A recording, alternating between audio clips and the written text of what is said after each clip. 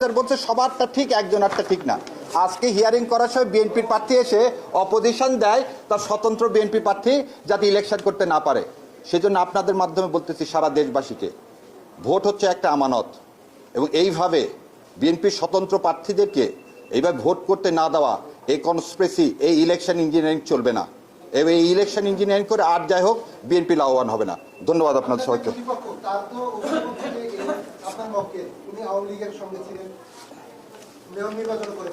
এই যে দেখালাম, এই মেয়র নির্বাচন আমার প্রতিপক্ষের বিরুদ্ধে এই দেখেন ওনার মার্কা কি, জগ, আর নিচে কি নৌকা আছে।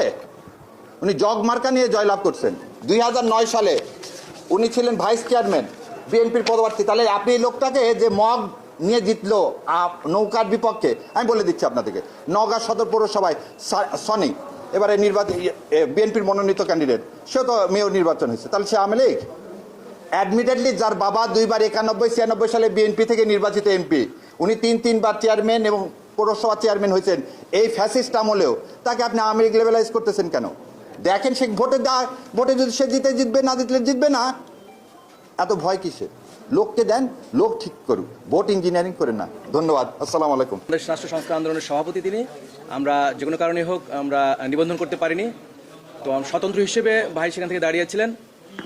তো 1% যাচাই বাছাই করে 10 জন থেকে 6 জন পাওয়া যায়নি বলে এবং তথ্য গরমিল ছিল বলে তারা একটা রিপোর্ট দেয়, এবং সেই রিপোর্টের সিদ্ধান্তের আলোকে আমাদের মনোনয়নপত্রটা বাতিল করে দেন। আমরা আপিল করি, এবং আজকে যেটা হয়, আমরা 2 জনকে উপস্থিত করতে পেরেছি যেসব ভোটারদের বাড়িতে গিয়েছিল, সেই 2 জনকে আমরা উপস্থিত করেছি, এবং তারা সিদ্ধান্ত নেন যে ঠিক আছে, এটা অ্যাকসেপ্ট করে নিলাম। তো আমরাও তাদের প্রতি কৃতজ্ঞতা প্রকাশ করেছি। আর বাকি কথা আমাদের প্রার্থী জনাব হাসান কায়েম বলবেন। ধন্যবাদ সবাইকে। নির্বাচন কমিশন, তো আপনারা জানেন যে নির্বাচন কমিশনের ব্যাপারটা আমরা যাতে নির্বাচন কমিশন বিতর্কিত না হয়ে পড়ে এবং এই নির্বাচন যাতে অ্যাকসেপ্টেবল হয়, সেই জন্য নির্বাচন কমিশন আমাদেরকে বেআইনিভাবে আদালতের নির্দেশ উপেক্ষা করে আমাদের নিবন্ধন না দেওয়া সত্ত্বেও আমরা নির্বাচন কমিশনের তফসিল ঘোষণা করার আগ পর্যন্ত নির্বাচন কমিশন সম্পর্কে কোনো নেতিবাচক কথা বলি নাই। নির্বাচন কমিশন নিয়ে আমরা কোনো নেতিবাচক কথা বলি নাই, কারণ আমাদের কাছে মনে হয়েছিল আমাদের দলীয় স্বার্থের চাইতে জাতীয় স্বার্থ অনেক বড়, এবং সেখানে নির্বাচনটা আসলে ক্রেডিবল হওয়া দরকার, অ্যাকসেপ্টেবল হওয়া দরকার, এবং এই নির্বাচন কমিশনকে যতটা সম্ভব জনগণের সামনে আসলে তাকে বিতর্কিত না করা উচিত। সেই জায়গা থেকে আমাদের দিক থেকে আমরা কোনো ডেমনস্ট্রেশনে যাই নাই। আমরা সবসময় নির্বাচন কমিশনকে আইনি পথে, বৈধ পথে এবং আলোচনার মাধ্যমে আমাদের নিবন্ধনের জন্য আমরা কাজ করেছি। শেষ পর্যন্ত তারা আমাদের নিবন্ধন দেয় নাই। আমাদের দল এটার প্রতিবাদ হিসাবে, আমাদের দলের 75 জন প্রার্থী ছিল, তাদের সবাই আসলে নির্বাচন করতে আসলে ব্যর্থ হয়, তারা নির্বাচনে অংশ নিতে পারে নাই। আমাকে সিদ্ধান্ত দেয় দল যে স্বতন্ত্র হিসাবেও যেন আমি নির্বাচন করি, এবং সেই অনুযায়ী আমি আমার এলাকায় একদম শেষ দিনই আসলে আমরা সিদ্ধান্ত নিয়ে স্বতন্ত্র প্রার্থী হিসাবে মনোনয়নপত্র দাখিল করি। এবং আমার অ্যাডভোকেট যেটা বলেছেন যে আমাদের সমস্ত কন্ডিশন ফুলফিল করার পরেও ওইখানকার প্রভাবশালী যারা ছিলেন তারা, প্রশাসন এবং ওইখানে পুলিশ সাথে নিয়ে তদন্ত করতে যাওয়ার কারণে আমাদের সাধারণ ভোটাররা, আমাদের এখানে উপস্থিত আছেন আজকে 2 জন, দেখেন যে আমাদের ভোটারদের আপনারা অ্যাপিয়ারেন্স দেখলে বুঝবেন যে এরা কতটা ইনোসেন্ট। তাদের কাছে গিয়ে পুলিশ যখন তাদেরকে জেরা করেছে, তারা ভয়ে বলছে যে আমরা হাসনাত কায়েমকে চিনি না, কিংবা তার পক্ষে আমরা স্বাক্ষর করি নাই। এবং 6 জনের মধ্যে কেবলমাত্র 2 জন আমাদের সাথে যোগাযোগ করছে, বাকি 4 জন এখনো পর্যন্ত এলাকায় নাই, তারা ভয় পাইছে।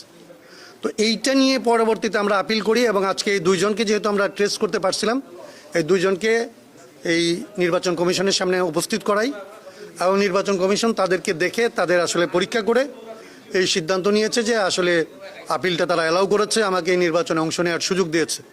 আমি সব কিছুর পরেও এই নির্বাচনে শেষ পর্যন্ত লড়াইটা অব্যাহত রাখতে চাই। গতকালকে আপনি জানেন যে আমরা স্বতন্ত্র প্রার্থীদের পক্ষ থেকে গতকালকে যে মত বিনিময় করেছি, সেইখানে তাদের অভিজ্ঞতা আমার চাইতে ভয়াবহ। স্বতন্ত্র প্রার্থীদেরকে নির্বাচন থেকে বাইরে ফেলে দেওয়ার জন্যে নির্বাচন কমিশনের অন্তত মাঠ পর্যায়ে খুব তীব্রভাবে কাজ করছে। আপনারা 2টা জিনিস লক্ষ্য করলে বুঝবেন, কি পরিমাণ আপিল হচ্ছে এবং কি পরিমাণ আপিল অ্যালাউ হচ্ছে। এর পার্সেন্টেজ দেখলে আপনি বুঝবেন যে স্থানীয় রিটার্নিং কর্মকর্তারা যারা আসলে নির্বাচন কন্ডাক্ট করবে, তারা বড় দলগুলি দ্বারা কী মাত্রায় প্রভাবিত হয়েছে। এই নির্বাচন কমিশনকে আমরা অনুরোধ করব যে এই ধরনের রিটার্নিং কর্মকর্তাদের দিয়ে যদি তারা আগামী ইলেকশন কন্ডাক্ট করতে চায় তাহলে একটা ফেয়ার ইলেকশন তারা করতে পারবে না, অ্যাকসেপ্টেবল ইলেকশন করতে পারবে না। এবং অ্যাকসেপ্টেবল ইলেকশন এই জন্য দরকার না যে আমি নির্বাচিত হয়ে আসব, এটা দরকার এই জন্যে যে বাংলাদেশ করতে দেয় নাই, সেটা হচ্ছে নির্বাচন কমিশন। তারা একদম হাসিনা রেজিমের, হাসিনা আমলের ফেসিস্ট আইনগুলি দিয়ে নির্বাচন কন্ডাক্ট করতেছে। এবং ওইখানে আপনারা দেখবেন মাঠ পর্যায়ে নির্বাচন কর্মকর্তা না, ইউনুরা নির্বাচন কন্ডাক্ট করতেছে, ডিসিরা নির্বাচন কন্ডাক্ট করতেছে।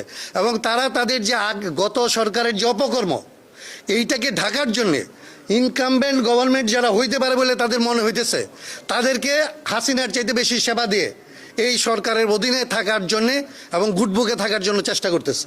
এই নির্বাচন কমিশনকে আমি অনুরোধ করব যে তারা যেরকম লিবারেল ভিউ নিছে, এইখানে আসলে যেরকম আপিলগুলি অ্যাকসেপ্টেড হচ্ছে, এটা যেরকম লাগবে এখান থেকে তাদের এই ইয়েটাই লাগবে, তাদের এই অবজারভেশনটুকু লাগবে যে তার মানে মাঠ পর্যায়ে তাদের কর্মকর্তারা কি করতেছে। সেইটা ঠিক না করতে পারলে যে তারা বাংলাদেশের নির্বাচনটা করতে পারবে না, এই অভিজ্ঞতাটা তাদেরকে নেওয়ার জন্য অনুরোধ করব। এবং একটা বাংলাদেশের জন্যে, বাংলাদেশের ভবিষ্যতের জন্য একটা অ্যাকসেপ্টেবল ইলেকশন লাগবে, এটার বিকল্প কিছু নাই। আমরা আসলে এই ইলেকশনকে কোনোভাবে প্রশ্নবোধকের নিচে রাখতে পারবো না, কারণ এই ইলেকশন কেবলমাত্র ক্ষমতা বদলের না, এই ইলেকশন সংবিধান সংস্কারের নির্বাচন পর্যন্ত। সংবিধান সংস্কার পরিষদের ভেতর দিয়ে সংবিধানের মৌলিক পরিবর্তন হবে, সেগুলি যদি প্রশ্ন সাপেক্ষে থাকে তাহলে বাংলাদেশ বড় রকমের বিপর্যয়ের মধ্যে পড়বে। সেই দায়িত্ব ইলেকশন কমিশনের। অতএব আমি অনুরোধ করবো, আবারও অনুরোধ করব, একটা ফেয়ার ইলেকশন, অ্যাকসেপ্টেবল ইলেকশন করার জন্য তারা উদ্যোগী হবে। আপনাদের মাধ্যমে তাদের কাছে এবং দেশবাসীর কাছে আমাদের এই আহ্বানটা আমরা পৌঁছে দিতে চাই। আপনাদের ধন্যবাদ। ভূমিকর বকেয়া ছিল দীর্ঘদিন ধরেই, এই জন্য মাননীয় ট্রাইব্যুনাল এটা গ্রহণ করেনি। আমরা আরপিওর একটি সেকশনের ব্যাখ্যা চাচ্ছিলাম যেখানে ভূমিকরের বকেয়া সুস্পষ্টভাবে বলা নেই, অন্যান্য সেবা বলা আছে। আমার দৃঢ় বিশ্বাস উচ্চ আদালতে উনি ন্যায় বিচার পাবেন। এস এম আব্দুল মান্নান, মানিকগঞ্জ 4, উনি একটি কোম্পানির ব্যক্তিগত জিম্মাদার ছিলেন, প্রিন্সিপাল বড়োয়ার না।